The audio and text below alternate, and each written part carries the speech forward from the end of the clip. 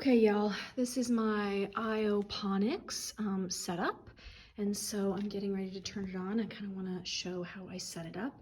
I put mine on a stand so that it was more visible for my students in my classroom, and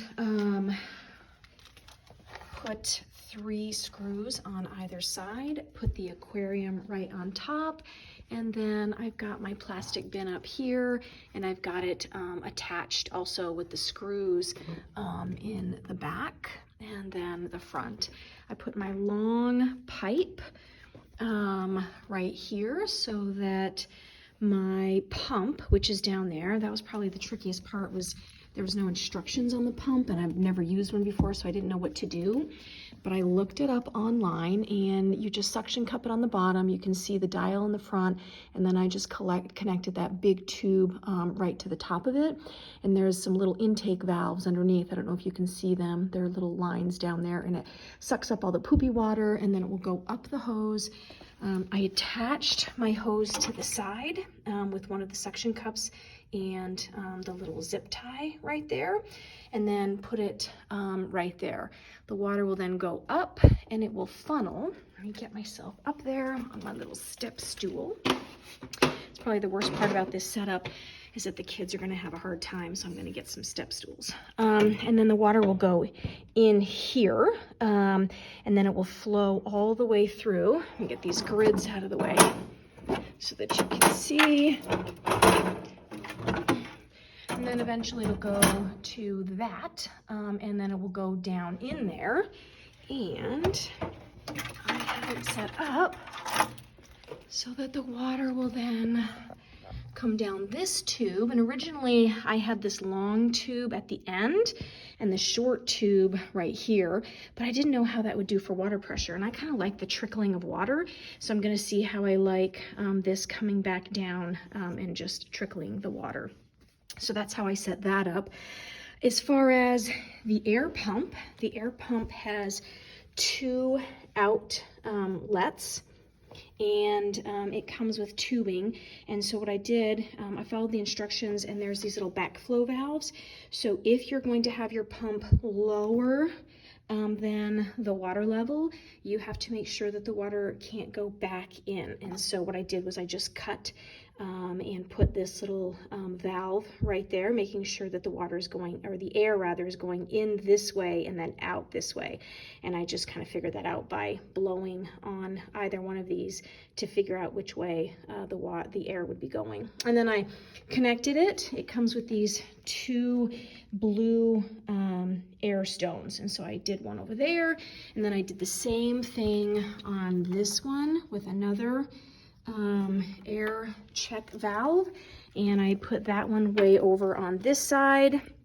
I don't know why, but I just kind of want air being on one side and then the other. Now you'll notice on this one I put a T back here so that that one goes in for the bubbler for my fish, and then it goes up this way towards my plants. I'll show you that in a second. This is the one coming in from the air pump. So that's the second one going in the back, and then one goes into the water to bubble the fish, and then this one is going up, and I'll show you that right now. That is right here. So that one's going here so that we get some oxygen for the roots, and also we want aerobiotic, not anaerobic, we want aerobic bacteria. So we want good bacteria. And they need oxygen. If you have the other one, it'll smell like dead fish. Okay, so then this tube, this is for the intake for the pump. This one is an overflow check, so it's up on top, and just in case this tube gets plugged and water can't fill out, this is like last case scenario. The problem that I'm having with this is that it's new and it keeps kind of rotating up. I don't like that. Maybe I'll try putting it on this side. Oh, there, that works better just by using this.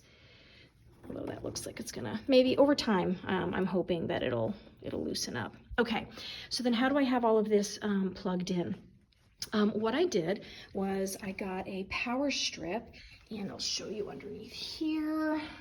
I power stripped everything reaches on the back. So this is my water pump. This is the light. I'll show you that in a second. And this is the air pump. And then if I turn this on, it works. So let's go ahead and see it fill up for the first time. Okay, so I hear noise. I see bubbles coming out of here. I see bubbles coming out of there. The pump is looking like it's bringing water up. Let's go check up here. Yep, water is coming out the way it should. Let's see if water or air is coming out of here.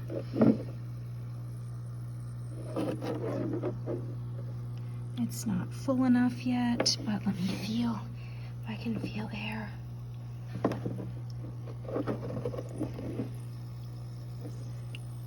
I think air's, yeah, I can hear air coming out of there. We'll see that in a little bit.